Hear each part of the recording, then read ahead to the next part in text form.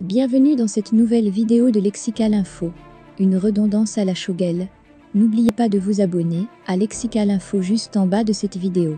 Les clins du Premier ministre Shogel Mega à l'adresse des militaires et de l'armée malienne ne se limitent pas à ses appartins publics périodiques en treillis pendant les grands événements. En plus de magnifier les FAMA par des affirmations assez pompeuses pour ne pas paraître vraies, ces déclarations frisent parfois l'épopée. C'est le cas d'une récente sortie publique, où il assure sans ciller que l'armée malienne est l'une des plus puissantes au monde. Naturellement, peu d'observateurs se faisaient des illusions sur une ascension aussi fulgurante et spectaculaire d'une armée qui, il n'y a pas si longtemps encore, battait de l'aile devant la percée djihadiste. Ils le mettent ainsi au compte du même élan euphorique et propagandiste, qui sous-tend cette autre aberration du premier de transition, lequel rasa à l'envie, et ne rate jamais l'occasion de réaffirmer que 80% des militaires maliens sont formés en ex-Union soviétique. Il se trouve qu'une telle proportion d'éléments ne pouvait émaner des écoles militaires russes même au plus fort de la coopération soviétique avec le Mali. Alors qu'au bas mot, 90% des militaires appartiennent à une génération qui n'a pas connu la période glorieuse des relations militaires entre l'URSS et le Mali. La clarification se justifie par le risque de voir la redondance conférée de la teneur véridique à ce qui tient manifestement de l'impossible. C'est l'une des résolutions les plus importantes des dernières assises du HCUA, qui se sont déroulées à Kidal en grande pompe sous la houlette d'Algaba Saintala, son président. Alors que la convergence populaire était agrémentée par un impressionnant défilé militaire, la démonstration de force contraste avec l'option des mouvements de l'Azawa pour un allègement spectaculaire de ces barrières. À l'issue du conclave du HCUA, en effet, il a été décidé de la suspension de tous les checkpoints, de qui témoignait du contrôle des zones respectives par chaque mouvement. Officiellement, la mesure est justifiée par un besoin urgent d'assurer l'approvisionnement des populations en denrées de première nécessité, mais il n'est pas exclu non plus qu'elle s'explique par les incertitudes liées à la présence redoutable d'une nouvelle force étrangère sur le terrain.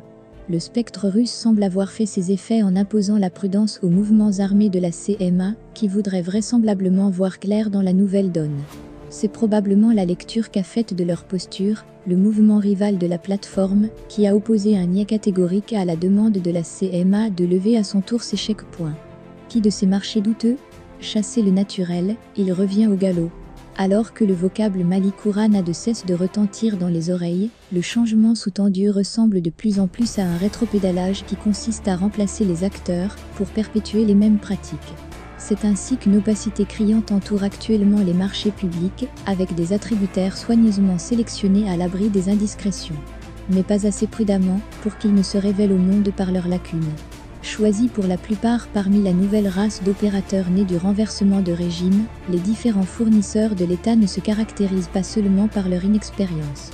La plupart d'entre eux sont rattrapés par naïveté, car ne disposant même pas de la liquidité qu'il faut pour l'enregistrement des marchés de dizaines milliards aux impôts, encore moins pour le dépôt de caution.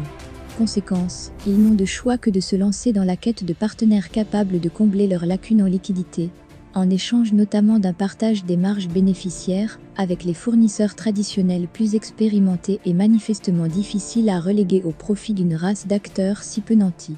Mise en déroute très mitigée des djihadistes à en croire les autorités de transition, les terroristes n'ont jamais essuyé autant de revers sur les différents théâtres, depuis que la violence règne au centre et au septentrion. La terreur et la peur a ainsi drastiquement changé de camp, une assertion quelque peu corroborée par une baisse tout aussi drastique de la fréquence des attaques terroristes, dans les zones récemment ciblées par leurs assauts. Il se rapporte par-dessus le marché que le siège de Farabougou est levé, et que quantité de matériel de guerre ont été récupérés par les FAMA dans leurs expéditions dissuasives. Merci pour votre aimable attention, et n'oubliez pas d'activer la cloche de notification pour recevoir les prochaines informations.